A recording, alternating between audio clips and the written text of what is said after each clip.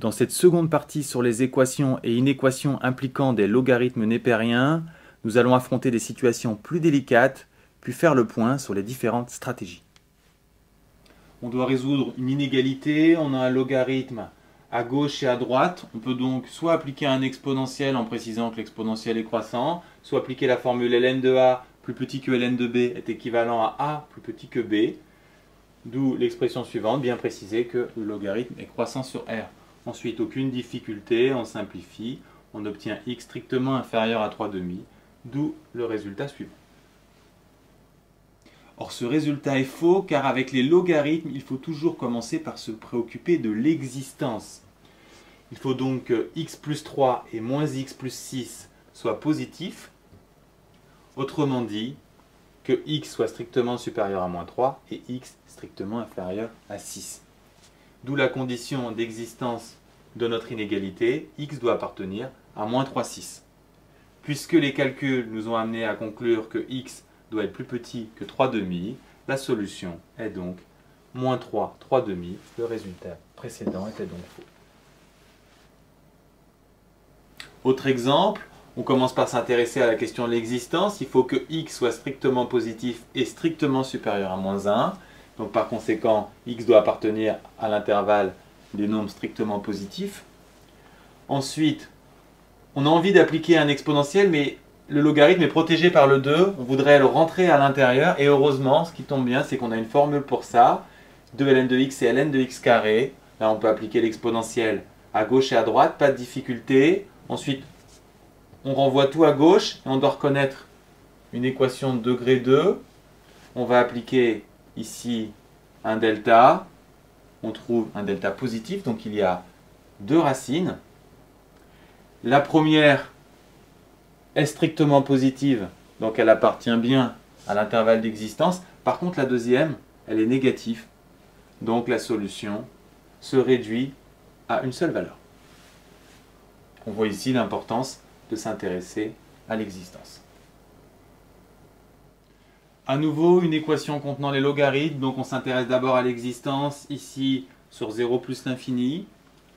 Ensuite, on va essayer d'appliquer la technique précédente, donc on va mettre le logarithme de x ici à droite. Si on essaie d'appliquer un exponentiel, on est bloqué par le carré ici, par le 2. Les méthodes précédentes ne marchent pas. Ce qui nous permettra de nous en sortir, c'est un changement de variable, grand x égale ln de x. L'équation devient alors grand x carré moins x moins 2 égale 0. On reconnaît un polynôme de degré 2. On calcule son delta, puis ses racines. On a donc obtenu les deux solutions de cette équation. Donc grand x égale moins 1 ou 2. Et je vous rappelle, grand x, c'est ln de x. Autrement dit, ln de x égale moins 1 ou 2. Puis en appliquant un exponentiel, e de moins 1, autrement dit 1 sur e, ou e de 2. Ces deux solutions sont bien positives, elles sont donc valables.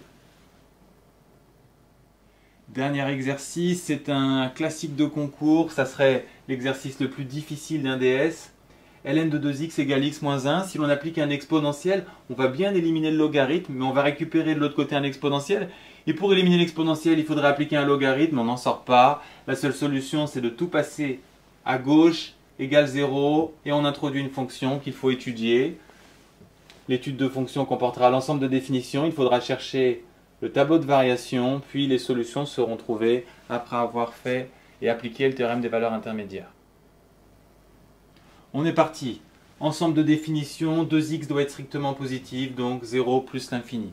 La dérivée, pas de difficulté particulière. La dérivée de ln de u, c'est u' sur u, donc on a 2 sur 2x. Moins x donne moins 1. On simplifie, puis on met au même dénominateur. Puisqu'on est sur 0 plus l'infini, le dénominateur est positif, donc f' est du signe de 1 moins x. On obtient ainsi le tableau de variation suivant qui ne pose pas de difficulté. Et puisqu'on cherche les solutions pour f de x égale 0, on constate qu'il y en a une ici et une autre entre ln de 2 et moins l'infini ici.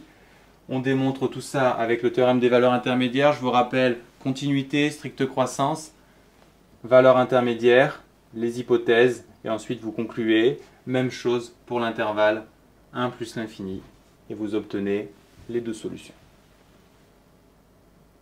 Finalement, que faire face à une équation ou inéquation contenant un logarithme népérien? Tout d'abord, toujours commencer par la question de l'existence. Ensuite, la voie royale. La méthode la plus simple, c'est appliquer une exponentielle après avoir éventuellement transformé les écritures.